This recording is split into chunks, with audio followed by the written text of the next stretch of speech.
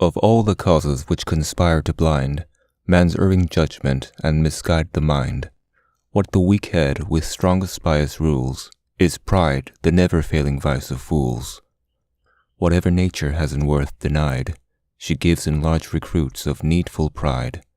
For as in bodies, thus in souls we find what wants in blood and spirits swelled with wind. Pride, where wit fails, steps into our defense, and fills up all the mighty void of sense. If once right reason drives that cloud away, truth breaks upon us with resistless day. Trust not yourself, but your defects to know. Make use of every friend and every foe. A little learning is a dangerous thing. Drink deep, or taste not the Pierian spring.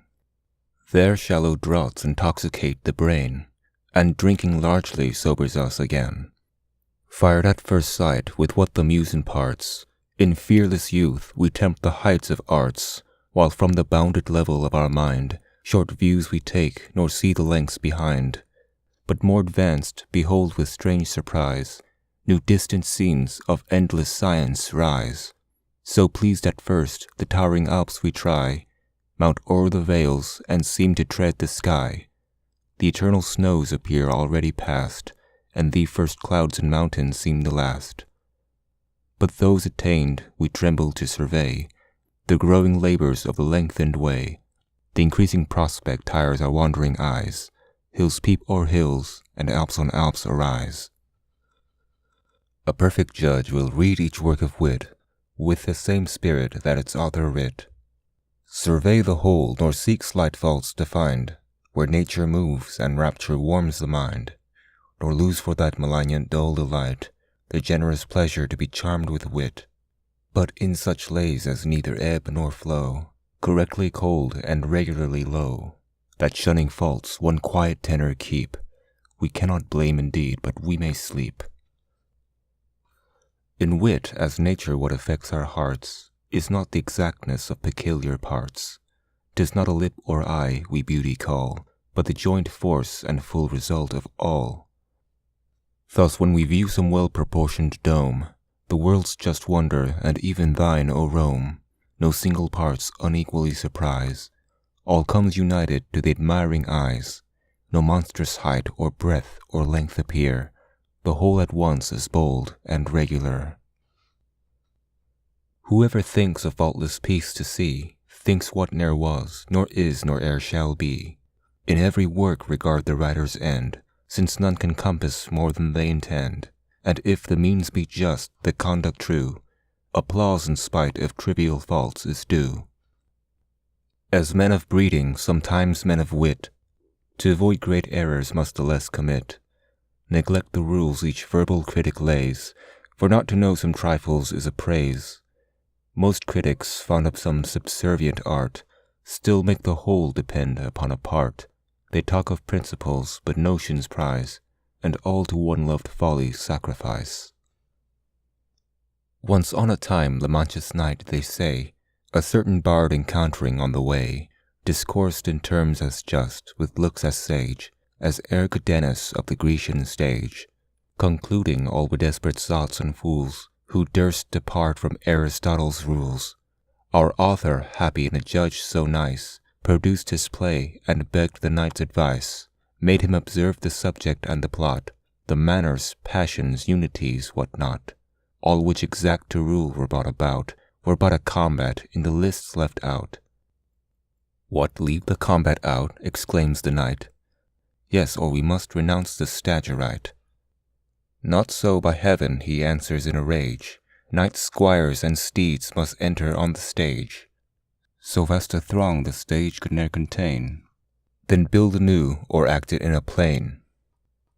Thus critics of less judgment than caprice, curious, not knowing, not exact but nice, form short ideas, and offend in arts, as most in manners by a love to parts. Some to conceit alone their taste confine, and glittering thoughts struck out at every line, pleased with a work where nothing's just or fit, one glaring chaos and wild heap of wit. Poets, like painters, thus unskilled to trace the naked nature and the living grace, with gold and jewels cover every part, and hide with ornaments their want of art. True wit is nature to advantage dressed, what oft was thought, but ne'er so well expressed, something whose truth convinced at sight we find, that gives us back the image of our mind.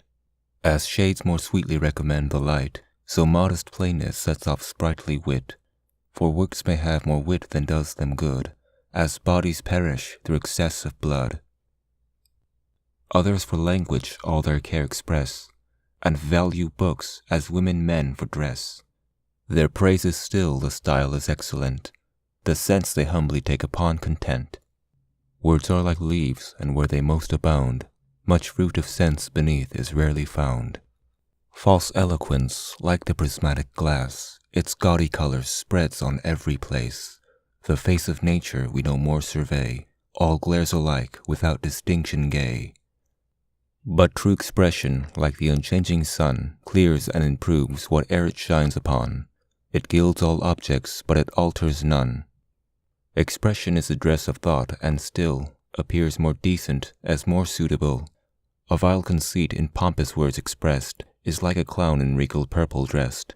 For different styles with different subjects sort, as several garbs with country, town, and court. Some by old words to fame have made pretence, ancients in phrase, mere moderns in their sense. Such labored nothings in so strange a style amaze the unlearned and make the learned smile. Unlucky as Fungoso in the play, these sparks with awkward vanity display what the fine gentleman wore yesterday, and but so mimic ancient wits at best, as apes our grandsires in the doublets dressed. In words as fashions the same rule will hold, alike fantastic if too new or old. Be not the first by whom the new are tried, nor yet the last to lay the old aside. But most by numbers judge a poet's song, and smooth or rough with them is right or wrong. In thee, bright muse, the thousand charms conspire, her voice is all these tuneful fools admire, who haunt Parnassus but to please their ear, not mend their minds, as some to church repair, not for the doctrine, but the music there. These equal syllables alone require, though oft the ear the open vowels tire, while expletives their feeble aid do join, and 10 low words oft creep in one dull line. While they ring round the same unvaried chimes, with sure returns of still expected rhymes, where'er you find the cooling western breeze, in the next line it whispers through the trees. If crystal streams with pleasing murmurs creep, the readers threaten not in vain with sleep. Then at the last an only couplet fraught with some unmeaning thing they call thought.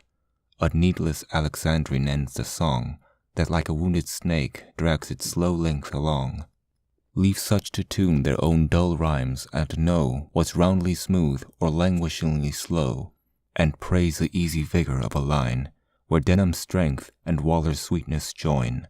True ease in writing comes from art, not chance, as those move easiest who have learned to dance. 'Tis not enough no harshness gives offense, the sound must seem an echo to the sense.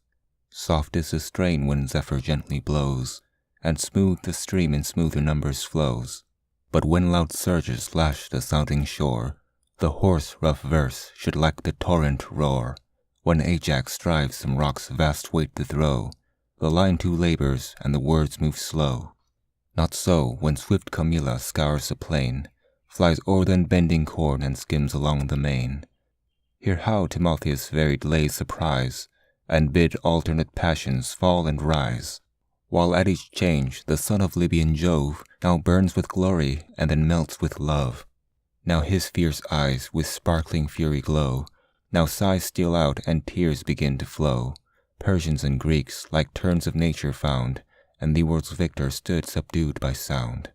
The power of music all our hearts allow, and what Timotheus was is Dryden now. Avoid extremes and shun the fault of such, who still are pleased too little or too much. At every trifle scorn to take offense, that always shows great pride or little sense. Those heads as stomachs are not sure the best, which nauseate all and nothing can digest. Yet let not each gay turn thy rapture move, for fools admire, but men of sense approve. As things seem large which we through mist descry, dullness is ever apt to magnify. Some foreign writers some our own despise, the ancients only or the moderns prize. Thus wit like faith by each man is applied to one small sect, and all are damned beside. Meanly they seek the blessing to confine, and force that sun but on a part to shine, which not alone the southern whip sublimes, but ripens spirits in cold northern climes, which from the first hath shone on ages past, enlights the present and shall warm the last, though each may feel increases and decays, and see now clearer and now darker days. Regard not then if wit be old or new, but blame the false and value still the true. Some ne'er advance a judgment of their own, but catch the spreading notion of the town. They reason and conclude by precedent, and own stale nonsense which they ne'er invent. Some judge of authors' names, not works, and then nor praise nor blame the writing but the men. Of all the servile herd the worst is he that in proud dullness joins with quality, a constant critic at the great man's board, to fetch and carry nonsense for my lord. What woeful stuff this madrigal would be in some starved hackney sonneteer or me! But let a lord once own the happy lines, how the wit brightens, how the style refines, before his sacred name flies every fault, and each exalted stanza teems with thought. The vulgar thus through imitation err, as oft the learned by being singular. So much they scorn the crowd that if the throng by chance go right, they purposely go wrong. So schismatics the plain believers quit, and are but damned for having too much wit. Some praise at morning what they blame at night, but always think the last opinion right. A muse by these is like a mistress used, this hour she's idolized, the next abused, while their weak heads, like towns unfortified, twixt sense and nonsense daily change their side. Ask them the cause, they're wiser still they say, and still tomorrow's wiser than today. We think our fathers fools, so wise we grow, our wiser sons no doubt will think us so. Once school divines this zealous islers spread, who knew most sentences was deepest read. Faith gospel all seemed made to be disputed, and none had sense enough to be confuted. Scotus and Thomists now in peace remain, amidst their kindred cobwebs in Duck Lane. If faith itself has different dresses worn, what wonder modes in wit should take their turn? Oft leaving what is natural and fit, the current folly proves the ready wit, and authors think the reputation safe, which lives as long as fools are pleased to laugh. Some valuing those of their own side or mind, still make themselves the measure of mankind. Fondly we think we honor merit then, when we but praise ourselves in other men. Parties in wit attend on those of state, and public faction doubles private hate. Pride, malice, folly against Dryden rose, in various shapes of parsons critics bows. But sense survived when merry jests were past, for rising merit will buoy up at last. Might he return and bless once more our eyes, new Blackmores and new Milbournes must arise. Nay, should great Homer lift his awful head, Zoilus again would start up from the dead. Envy will merit as its shade pursue, but like a shadow proves the substance true. For envied wit, like soul eclipsed, makes known the opposing body's grossness, not its own. When first that sun too powerful beams displays, it draws up vapors which obscure its rays. But even those clouds at last adorn its way, reflect new glories and augment the day. Be thou the first true merit to befriend, his praise is lost who stays till all commend. Short is the date, alas, of modern rhymes, and 'tis but just to let them live betimes. No longer now that golden age appears, when patriarch wits survived 1,000 years. Now length of fame our second life is lost, and bare 60 is all e'en that can boast. Our sons their father's failing language see, and such as Chaucer is shall Dryden be. So when that faithful pencil has designed some bright idea of the master's mind, where a new world leaps out at his command, and ready nature waits upon his hand, when the ripe colors soften and unite, and sweetly melt into just shade and light, when mellowing years their full perfection give, and each bold figure just begins to live, the treacherous colors the fair art betray, and all the bright creation fades away. Unhappy wit, like most mistaken things, atones not for the envy which it brings. In youth alone its empty praise we boast, but soon the short-lived vanity is lost. Like some fair flower the early spring supplies, that gaily blooms, but even in blooming dies. What is this wit which must our cares employ? The owner's wife that other men enjoy. Then most our troubles still when most admired, and still the more we give the more required, whose fame with pains we guard but lose with ease, sure some to vex but never all to please. 'Tis what the vicious fear, the virtuous shun, by fools 'tis hated, and by knaves undone. If wit so much from ignorance undergo, let not learning too commence its foe. Of old those met rewards who could excel, and such were praised who but endeavored well. Their triumphs were to generals only due, crowns were reserved to grace the soldiers too. Now they who reach Parnassus' lofty crown employ their pains to spurn some others down. And while self-love each jealous writer rules, contending wits become the sport of fools. But still the worst with most regret commend, for each ill author is as bad a friend. To what base ends and by what abject ways are mortals urged through sacred lust of praise? Ne'er so dire a thirst of glory boast, nor in the critic let the man be lost. Good nature and good sense must ever join. To err is human, to forgive divine. But if in noble minds some dregs remain, not yet purged off of spleen and sour disdain, discharge that rage on more provoking crimes, nor fear dearth in these flagitious times.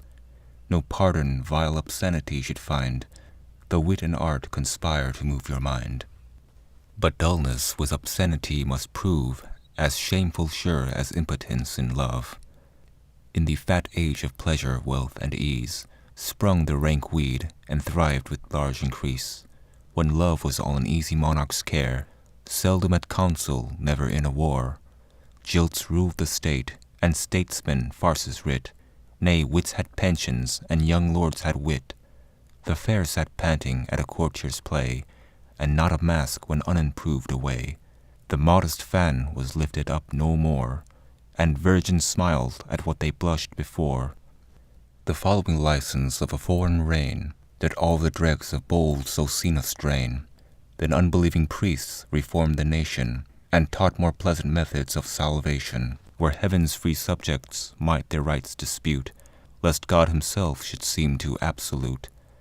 Pulpits their sacred satire learned to spare, and vice admired to find a flatterer there. Encouraged thus, wit's titans braved the skies, and the press groaned with licensed blasphemies. These monsters, critics, with your darts engage. Here point your thunder and exhaust your rage, yet shun their fault who scandalously nice will needs mistake an author into vice. All seems infected that the infected spy, as all looks yellow to the jaundiced eye.